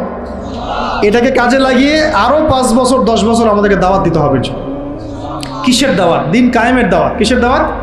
ইসলাম ব্যক্তি জীবনে আছে, ইসলামকে এখন নিয়ে যেতে হবে সমাজে, ইসলামকে নিয়ে যেতে হবে অর্থনীতিতে, ইসলামকে নিতে হবে রাজনীতির মধ্যে। ইসলাম যখন সমাজে, অর্থনীতিতে, সংস্কৃতিতে, শিক্ষানীতিতে এবং রাজনৈতিক ক্ষেত্রে যাবে, তখন আমরা ইনশাল্লাহ চূড়ান্ত বিজয় লাভ করব। এখন যদি পার্শ্ববর্তী শত্রু রাষ্ট্রগুলো আমাদেরকে আক্রমণ করে, আপনি তো ব্যক্তিগতভাবে জিহাদের ঘোষণা দিতে পারবো না, পারবেন? কিন্তু এখন যদি আপনার হাতে রাজনৈতিক ক্ষমতা থাকতো, তাহলে আমরা দেখাই দিতাম যে একজন সাইফুরকে মারলে কতজনের লাশ পড়ে। একজন ফেলানিকে যদি কাঁটাতারে ঝুলাই দেওয়া হয়, ওরকম 10টা বিএসএফকে মারার ক্ষমতা আমাদের আছে। এই শক্তি সামর্থ্য আমাদের ভাইদের আছে। আমাদের দাওয়াতের কাজ শুধু আমভাবে জনগণের মধ্যে করলে হবে না, পুলিশের মধ্যে দাওয়াতের কাজ করতে হবে, র্যাবের মধ্যে দাওয়াতের কাজ করতে হবে, আমাদের আনসারদের মধ্যে দাওয়াতের কাজ করতে হবে, বিজিবির ভাইদেরকে প্রশিক্ষিত করতে হবে। সবচেয়ে বড় কথা, আমাদের সেনাবাহিনীকে, বিমান বাহিনীকে শক্তিশালী করতে হবে। অত্যাধুনিক অস্ত্র তাদের হাতে থাকতে হবে এবং তাদের মধ্যে সব কিছুই আছে, মাশাআল্লাহ। পটেনশিয়াল আছে, প্রতিভা আছে, শারীরিক শক্তি আছে, ট্রেনিং আছে। ইমানটাকে মজবুত করতে হবে তাদেরকে ইমানের দাস দেওয়া লাগবে। আপনারা যারা শুনবেন এগুলো লেকচার অনলাইনে গেলে শুনবেন, তারা ইনশাআল্লাহ শুধুমাত্র জাতিসংঘের একটা মিশনকে জীবনের লক্ষ্য বানাবেন না। আপনারা জাতিসংঘের একটা মিশনে যাওয়া আপনার জীবনের লক্ষ্য না। আপনাকে যদি আল্লাহ পাক প্রশাসনিক দায়িত্ব দিয়ে থাকেন, আল্লাহর জন্যে শহীদ হওয়াটা আপনার জীবনের সবচেয়ে বড় সৌভাগ্য। এইদিকে আমরা তো তাদেরকে এখন হাঁটাতে পারছি না, কারণ ওই ক্ষমতা আপনার আমার হাতে নাই। ইসলামকে ওই রাজনৈতিক জায়গায় নিতে হলে সিরাতের সুন্নতে আগাতে হবে। আল্লাহ পাক তৌফিক দান করুন। এবার প্রকাশ্যে দাওয়াত শুরু হলো 4 নম্বর বছর থেকে 10ম বছর পর্যন্ত। এই প্রকাশ্যে দাওয়াত যখন শুরু হয়েছে, তখনই ব্যাপক নির্যাতন শুরু হয়েছে, ব্যাপক নির্যাতন। এই অবস্থানটা আমরা পার করেছি বিগত সময়গুলোতে, এখনও পার করছি, তাই না? এই অবস্থাটা কিন্তু আমরা আগেও পার করেছি, এখনও পার করছি। যারাই প্রকাশ্যে পরিপূর্ণ ইসলামের কথা বলছেন বা বলেছেন, কোনো না কোনোভাবে তারা হ্যারাসমেন্টের শিকার হয়েছে, কোনো না কোনোভাবে, ফিজিক্যালি অথবা মেন্টালি অথবা রাজনৈতিকভাবে অথবা মামলা মোকদ্দমা অথবা গুম অথবা একেবারে ক্রসফায়ার অথবা দেশ ত্যাগ, কিছু না কিছু ওদের তাকদিরে নসিব হয়েছেই, তাই না? আর যারা সুরে সুর মিলিয়ে কথা বলেছে, তারা পার পেয়ে গেছে। ওই যে বললাম, আগেও তলা চাটা, এখনও তলা চাটা। ওটা হচ্ছে মানে তেল মারা মানহাজ আর কি, তৈলাক্ত মানহাজ। যেই থাকুক, এক্স থাকলেও আমি তেল মারবো, ওয়াই থাকলেও তেল মারবো, জেড থাকলেও তেল মারবো। কারণ তেল মারা আমার জন্য ফরজ এবং তৈলাক্তদের আনুগত্য করা আমার জন্য ফরজ। ওদের বিরুদ্ধে কথা বললে আপনি আবার হয়ে যাবেন খারেজি। কিন্তু সার্জিসদেরকে আবার তারা কিন্তু খারেজি বলে নাই, এটা একটা ব্যাপার আছে। সার্জিস হাসনাতদেরকে কিন্তু তারা ওই সব ওলামায়ে কেরাম আবার কি বলে নাই, খারেজি বলে নাই। কিন্তু অস্ত্র হাতে নিয়ে ওরা কিন্তু পুলিশ পিটাইছে, কথা বুঝতে পারছেন? এই কাজটা যদি কোনো মাদ্রাসার ছেলে করতো, তাহলে আল্লাহর কসম করে বলতেছে পুরো দুনিয়াতে এরা রটাই দিত যে আমরা জঙ্গি। এই পয়েন্টটা ভালো করে বুঝেন, এই পয়েন্টটা ভালো করে বুঝেন। যদি এই আন্দোলনটা শুধুমাত্র দাড়ি টুপিওয়ালা মানুষরা করতো, তাহলে সারা মুসলিম বিশ্ব না, সারা দুনিয়াতে এর রটাইতো মিডিয়া দিয়ে যে বাংলাদেশের মুসলমানরা উগ্র, জঙ্গি এবং সন্ত্রাসী। রটাইতো না? বেশাক রটাইতো। কিন্তু যখন গণতন্ত্রপন্থীরা গণতান্ত্রিক পদ্ধতিতে এই কাজটা করছে, তখন এটা জায়েজ হয়ে গেছে। একই জিনিস, একদল গিয়ে গুলি করা শুরু করলো মাজলুমদের উপরে। তারপরে মাজলুমরা আর থাকতে না পেরে অস্ত্র হাতে নিয়েই ফেললো। লাঠি সেটাও তো অস্ত্র নাকি? এবং তাদের একজন তো বলেছিল, আমাদের পরবর্তী প্ল্যান ছিল যদি তারা স্কিপ না করতো আমরা সশস্ত্র অবস্থান নিতাম, বলেছে কিন্তু মিডিয়াতে একজন বলেছে না, বলেছে। যাই হোক, এদিকে যখন জালেম আক্রমণ করেছে, তখন মাজলুম তো প্রতিবাদ করেছে, করে নাই? এই আক্রমণের প্রতিবাদের রাস্তায় কিন্তু বহু মানুষ মারা গেছে। জালেমদেরও মরেছে, মাজলুমদেরও মরেছে। কেন পুলিশ ভাইদেরকে কি মারা হয় নাই? কারণ তারা জালেমের পক্ষ নিয়েছিল, সে কি অমুসলিম ছিল না মুসলিম? ও মুসলিম ছিল, কিন্তু কালিমা পড়া মুসলিম, তাই না? সেও কালিমা পড়া মুসলিম, জালেমের পক্ষ নিয়েছে। আর এদিকে আমাদের মাজলুম ভাই, যাদের উপর গুলি চালানো হয়েছে। এখন মাজলুম ভাইরা শেষমেশ লাঠিসোঁটা হাতে নিতে বাধ্য হয়েছে। এবার কনফ্লিক্ট হলো, জালেমও মরলো কিছু, মাজলুম তো মারা গেছে। এখন এই কনফ্লিক্টে কিন্তু আমাদের ইসলামিক স্কলারশিপ অব ইসলামের কিছু কিছু ব্যক্তি, তারা কিন্তু এখানে মাজলুমদের কাউকে কিন্তু খারেজি বলে নাই, বলেছে? মাজলুমদের কাউকে কিন্তু তারা সন্ত্রাসী, জঙ্গি সব শব্দ ইউজ করে নাই। কিন্তু এটা যদি দাড়ি টুপিওয়ালা কোনো মানুষ করতো তাহলে খবর ছিল। অতএব শুভঙ্করের ফাঁকিগুলো বোঝার চেষ্টা করুন। এইভাবে আমাদেরকে ধোকায় ফেলা হচ্ছে, এইভাবে পুরো জাতির তরুণ প্রজন্মের জিহাদি জাজবা ধ্বংস করে দেওয়া হচ্ছে। এইসব থিওরি, এইসব তত্ত্ব দিয়ে, এইসব ফতোয়াবাজি করে পুরা 16 কোটি মানুষের জিহাদি জাজবাটাকে নষ্ট করে দেওয়া হচ্ছে। অন্যায়ের প্রতিবাদ করলেই আপনাকে জঙ্গি বলে দেওয়া হবে, অন্যায়ের বিরুদ্ধে কথা বললেই আপনার উপরে এইসব চলে আসবে। অথচ গণতান্ত্রিক পদ্ধতিতে যখন তারা লড়াই করছে, এটা তখন জায়েজ হয়ে যাচ্ছে। তখন 100টা মূল্যেও জায়েজ, 1000 মূল্যেও সুবহানাল্লাহ। আর এখানে সাইফুর রহমানকে মারা হয়েছে, 2-1 ভাই যদি একটু কড়া গলায় কথা বলে, বাকিরা বলছে এত গলা বড় করার দরকার নেই, আস্তে করে কথা বলেন। অপেক্ষা করেন, শয়তান থেকে পালাচ্ছেন তো, শয়তান তো আপনার থেকে পালাবে না, শয়তান আপনাকে ধরবে। আপনি শয়তান থেকে পালাতে যাচ্ছেন তো, এটা একটা সাপ। এটা কি একটা, এখন যেটা দেখছেন এগুলো সাপের লেজ। এগুলো কি? এগুলো সব সাপের লেজ। সাপের মাথা কোথায় জানেন? একদম দিল্লিতে। সাপের মাথা কোথায়? এখন এই সাপের লেজ নিয়ে আপনার এত ভয়, মাথা আসলে যে কি করবেন আল্লাহই ভালো জানে। কথা হচ্ছে যে এই সাপের লেজ আপনি কাটবেন কিভাবে? কাটতে হলে একটা অস্ত্র লাগবে। সেই হাতিয়ার, সেই তরবারের নামই হচ্ছে ইসলাম। সেই তরবারের নামই সিরাত। এর বাইরে কোনো তরবাল নাই। আজকে যদি লেজ কাটতে পারেন, কাল মাথাও কাটতে পারবেন ইনশাআল্লাহ। এখন যদি লেজের কাছে হেরে যান, মাথা কাটতে পারবেন। এখন আপনি শয়তান থেকে পালাতে যাচ্ছেন, কিন্তু শয়তান আপনার থেকে পালাবে না, ও আপনাকে ধরবে। আজকে 10, কালকে 20, যদি কালকে আল্লাহ না করে 100 হয়, তখন দেখবো আপনাদের বিবৃতি কেমন হয়। আপনারা কোন ভাষায় কথা বলেন সেটা দেখার অপেক্ষা আছি আমি। আর উপযুক্ত শাস্তি নিশ্চিত না করা হলে এগুলো লাই পাবে না, বেশক লাই পাবে। এখন শাস্তি কি উপযুক্ত নিশ্চিত করা হয়েছে কিনা এখন পর্যন্ত আমরা দেখি নাই কিছু। ফরিদপুরের ঘটনা তো দেখি নাই আমরা কিছু, এর আগের ঘটনাগুলো তো আমরা কিছু দেখি নাই।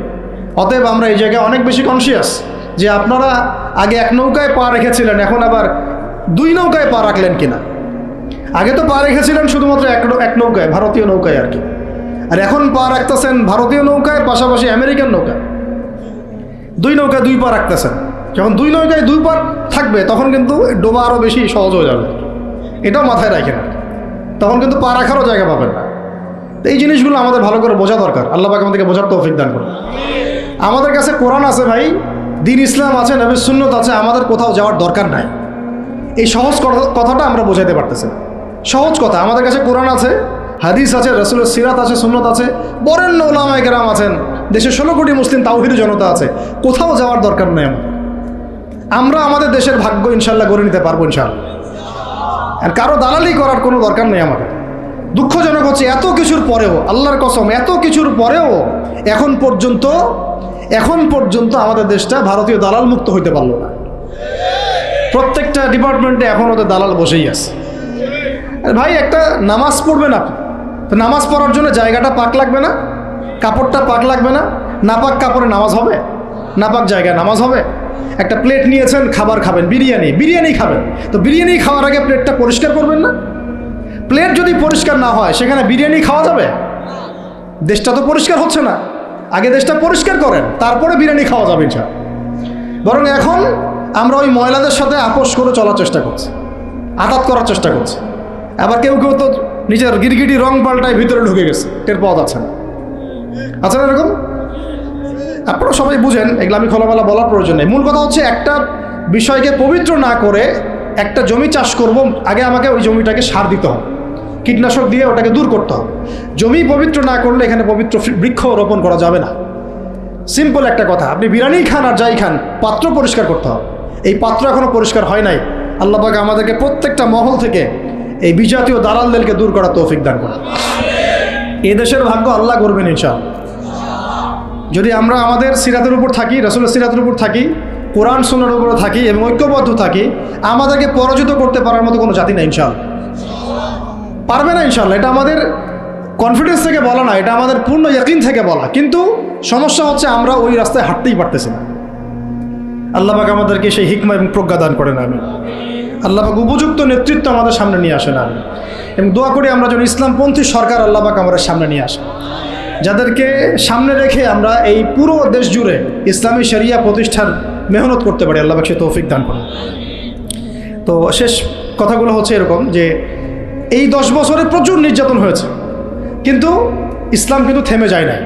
যখন হামজা এবং ওমর রাদিয়াল্লাহু আনহুর মতো মানুষের ইসলাম কবুল করেছেন।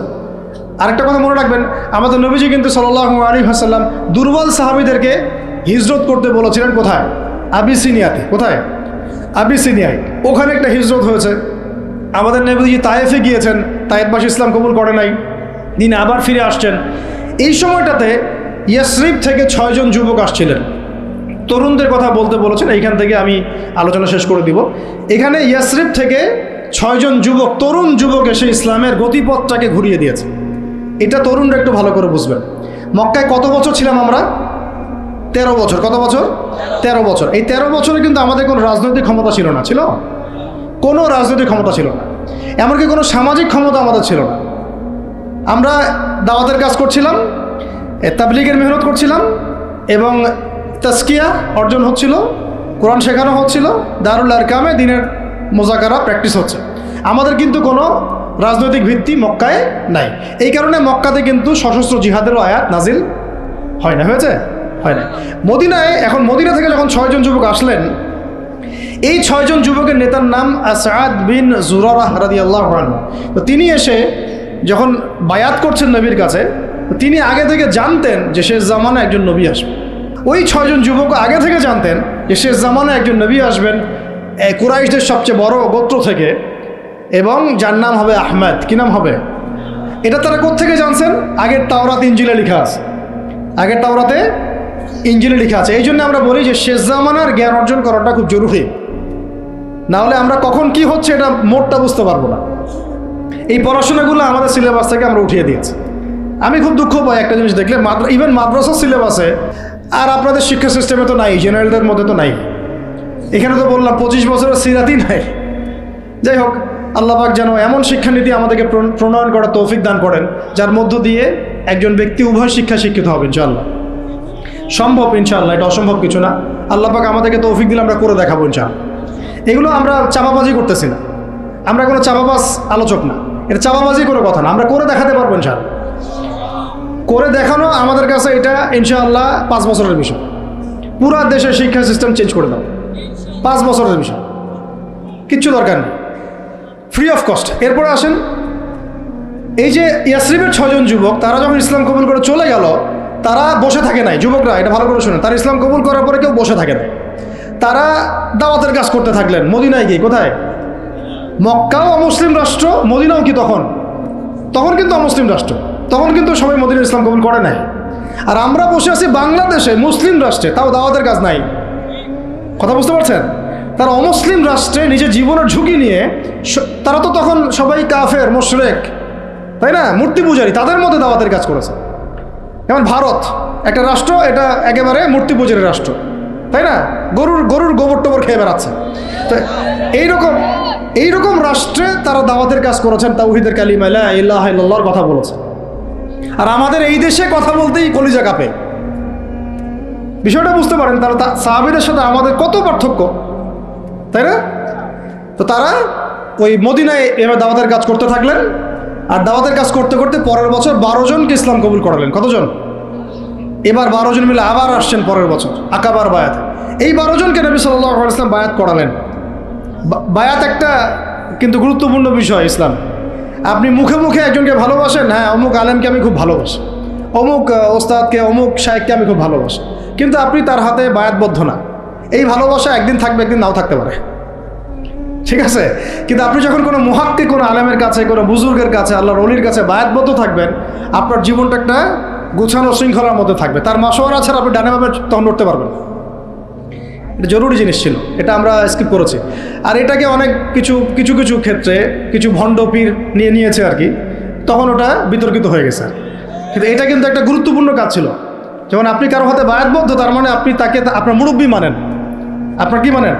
মুরব্বী। এই সিলসিলা চলে আসছে রাসূল সাল্লাল্লাহু আলাইহি ওয়াসাল্লাম থেকে। এখন এই 12 জনকে নবীজি বায়াত করালেন। এই 12 জন একটা রিকোয়েস্ট করলো, ইয়া রাসূলুল্লাহ, আমাদের মদিনা একটা উর্বর জায়গা, আপনি যদি আপনার সাহাবীদের মধ্যে একজন যোগ্য সাহাবীকে পাঠাতেন, তাহলে উনি গিয়ে মদিনায় দাওয়াতের কাজ করত, তাহলে ইসলাম আরও সম্প্রসারিত হতো। এটা কাদের কথা ছিল? এই 12 জনের। তো এবার নবী সাল্লাল্লাহু আলাইহি ওয়াসাল্লাম, সুবহানাল্লাহ, আবু বকর রাদিয়াল্লাহু আনহুকে না, উমর রাদিয়াল্লাহু আনহুকেও না, হামজা রাদিয়াল্লাহু আনহুকেও না, হ্যাঁ, আর কে? আব্দুর রহমান বিন আউফ রাদিয়াল্লাহু আনহুকেও না। জান্নাতের সুসংবাদপ্রাপ্ত 10 জন সাহাবীর যে লিস্ট আছে, এই লিস্টের কোনো সাহাবীকে তিনি পাঠালেন না, বরং তিনি একজন ধনীর দুলাল ছিলেন। ইসলামের জন্য সব বিসর্জন দিয়েছেন, এমনভাবে বিসর্জন দিয়েছেন যে তার গায়ে ফসকা পড়ে গিয়েছিল। উহুদ যুদ্ধের দিন তাকে দাফন করা হয়েছে শাহাদাতের পরে, মানে কাফনের 2 টুকরা কাপড় পর্যন্ত পাওয়া যায় নাই। কিন্তু তিনি ছিলেন মক্কার ধনীর দুলাল, যার পারফিউমের গন্ধ মানে এক রাস্তা দিয়ে হাঁটলে ওই রাস্তা সবাই পেত যে হ্যাঁ, এটা ওই ব্যক্তির পারফিউম। তার মতো কাপড় আর কারো ছিল না। এত লাক্সারিয়াস লাইফ লিড করতেন, বাংলাদেশের সবচেয়ে কোটিপতি ছেলের মতো মনে করেন। এইরকম ধনীর একজন দুলাল ইসলাম কবুল করার পর তার অবস্থা এমন হয়েছে যে তাকে এক কাপড়ে দাফন করা হয়েছে, সুবহানাল্লাহ, তা উহুদের মাঠে। বিখ্যাত সাহাবী, বিখ্যাত দাঈ ইলাল্লাহ, তার নাম মুসআব বিন উমাইর রাদিয়াল্লাহু আনহু। মুসআব বিন উমাইর নাম মুখস্থ থাকবে তো ইনশাআল্লাহ। এগুলো মুখস্থ করার উচিত।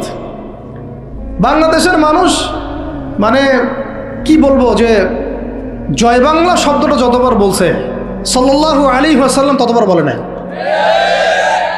এমন একটা জাহালাত। যারা আপনারা ধর্মনিরপেক্ষ রাজনীতি করেন, তারা আপনাদের নেতাদের নাম যতবার নেন, রাসূলের নামও ততবার নেন না।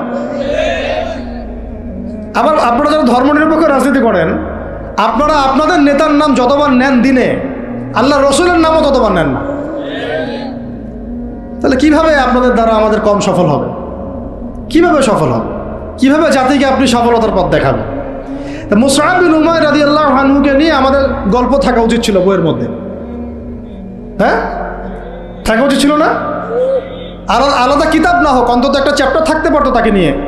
ইসলামের ইতিহাসের প্রথম দায়ী মুসআব বিন উমাইর আছে, ওই লারে লাপ্পা আছে বইয়ের মধ্যে, ভংসং এগুলো আছে, LGBT আর কি বলবো, এগুলো আছে বইয়ের মধ্যে। হ্যাঁ, মেয়ে মন চায় ছেলে হইতে, ছেলে মন চায় মেয়ে হইতে।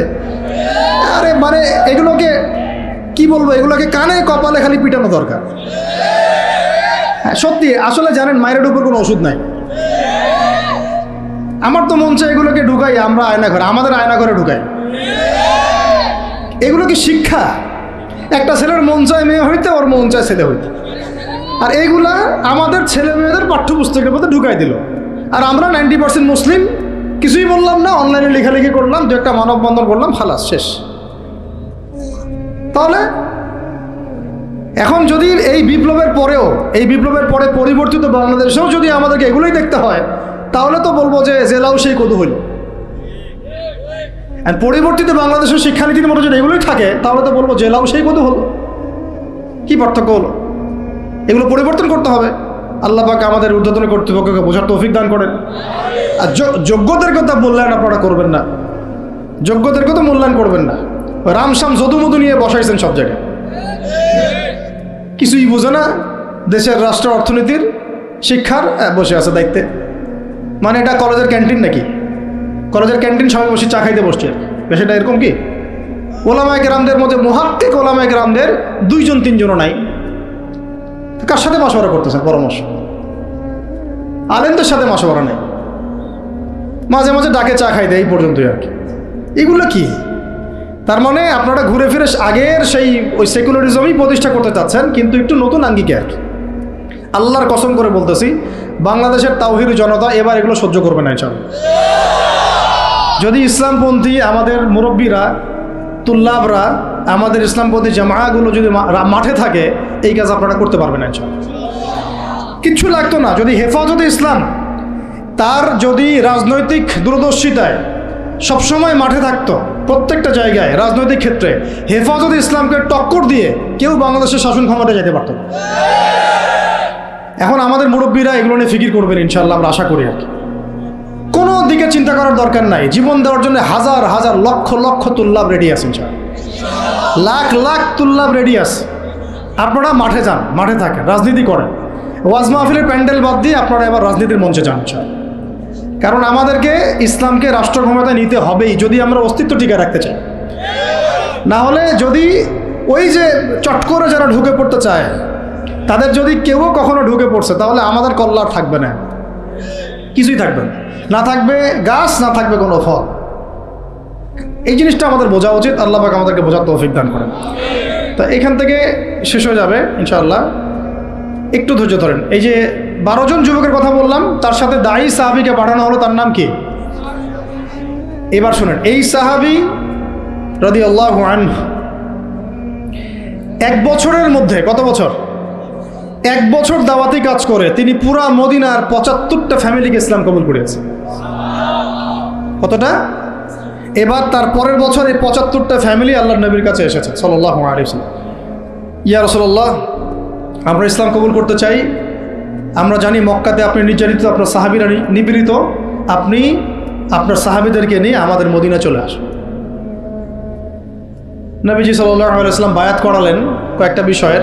আল্লাহর সাথে কাউকে শরীক করবে না, চুরি করবে না, জেনা করবে না, একে অপরকে মিথ্যা অপবাদ দিবে না, সৎ কাজে আদেশ করবে, অসৎ কাজে নিষেধ করবে, আমার আনুগত্য করবে, সুখে দুঃখে আমার আনুগত্য করবে, সচ্ছল অসচ্ছল উভয় অবস্থায় আল্লাহর পথে দান করবে।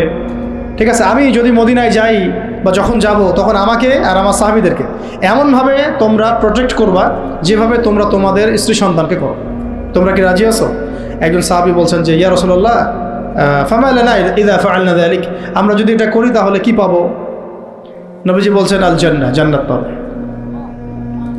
কিভাবে? জান্নাত পাবে। তখন আয়াত নাজিল হয়েছে, ওই যে সূরা তাওবার 111 নম্বর আয়াতটা, ইন্নাল্লাহা আশতারা মিনাল মুমিনিনা আনফুসাহুম বিআন্না লাহুমুল জান্নাহ। ওই যে ওই আয়াতটা, ইকাতিলুনা ফি সাবিলিল্লাহি ফায়াকতুলুনা ওয়া ইউকতালুন, এই যে পুরো আয়াতটা নাজিল হয়েছে কিন্তু এখানে। এখন এবার হিজরত হলো। এবার একটু বুঝেন ভালো করে, মোবাইলটাতে মনোযোগ দিয়েন না, এক কথা বারবার বলতে কিন্তু ভালো লাগে না আমার। এরপর যদি বের হয় এখানে নিয়ে আসবো স্টেজে, আইনা এখান থেকে কোরআন তেলাওয়াত করতে বলবো সবার সামনে।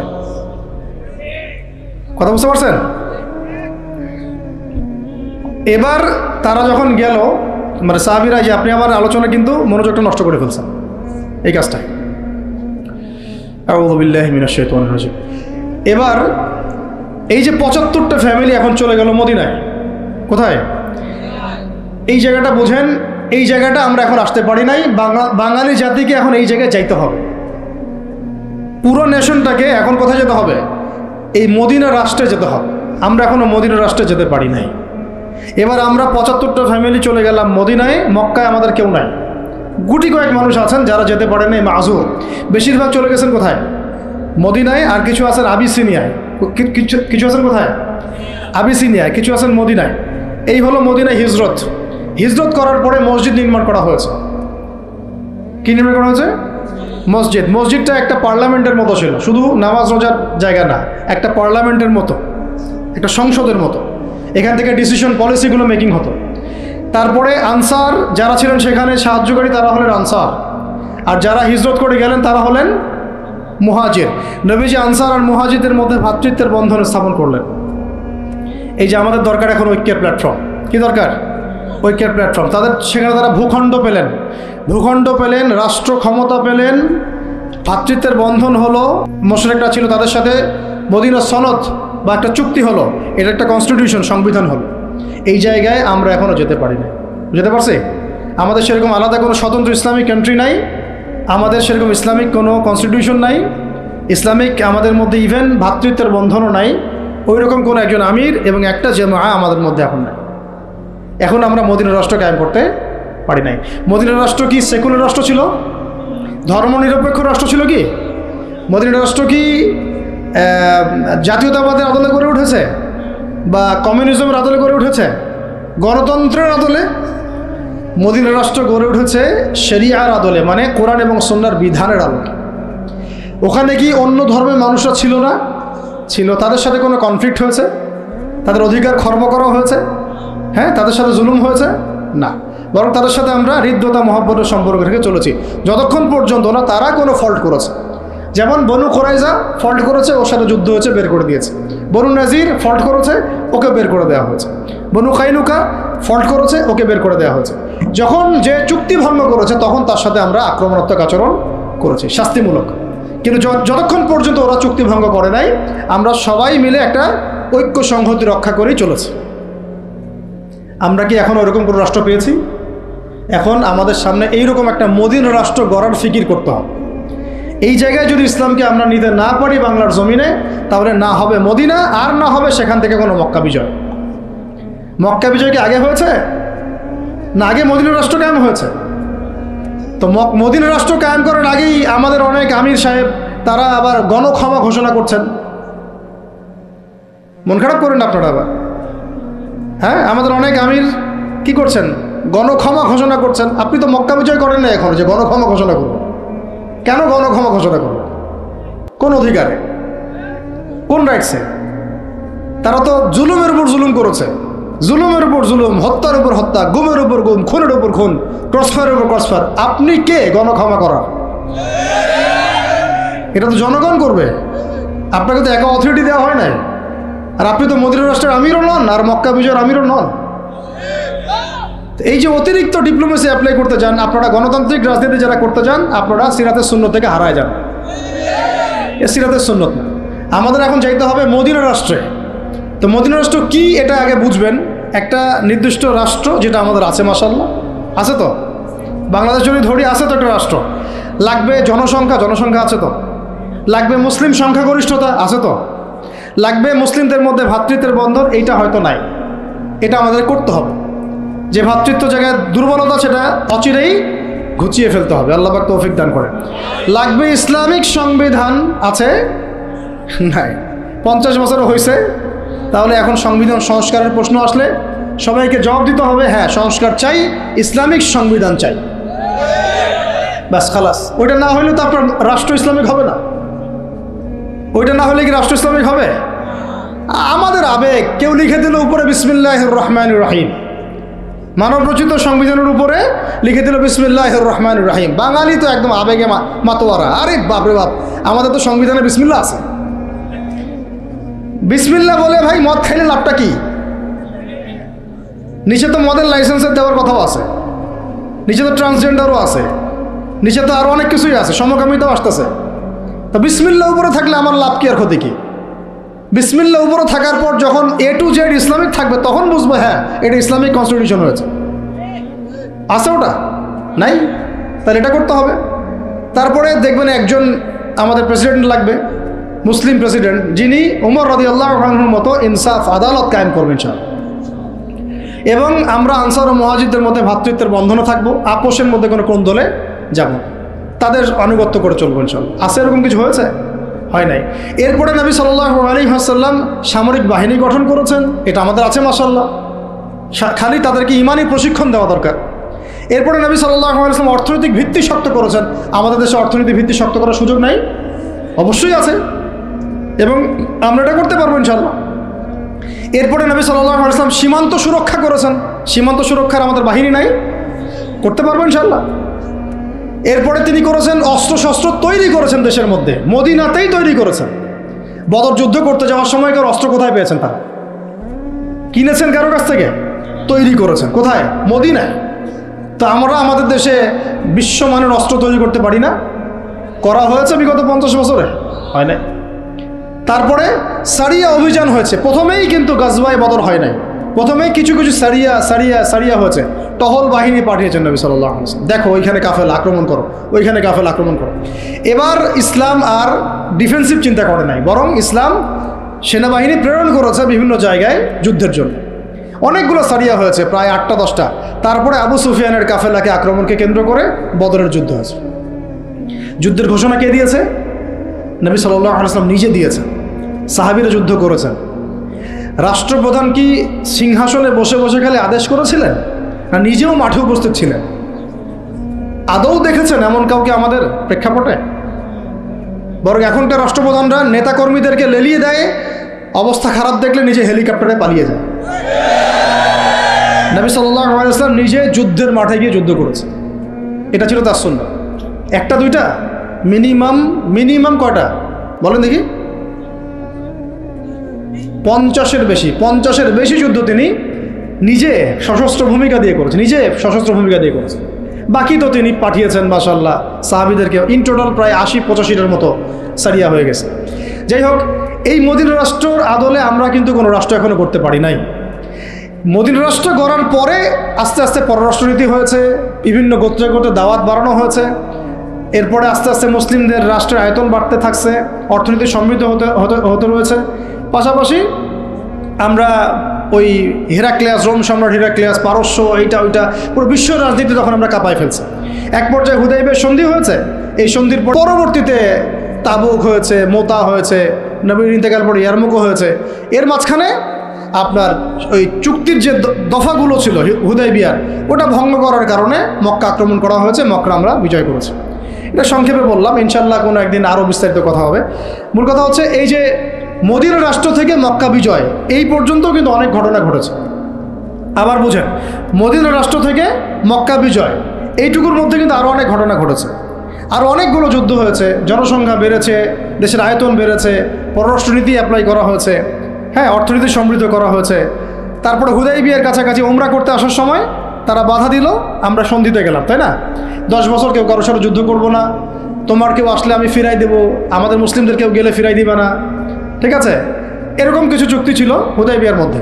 তো চুক্তির ধারাগুলো ভঙ্গ করেছে কোরাইশরা যখন চুক্তির ধারা ভঙ্গ করেছে, ওই ধারার ভঙ্গকে কেন্দ্র করে মক্কা আক্রমণ করা হয়েছে, মক্কা বিজয় করা হয়েছে।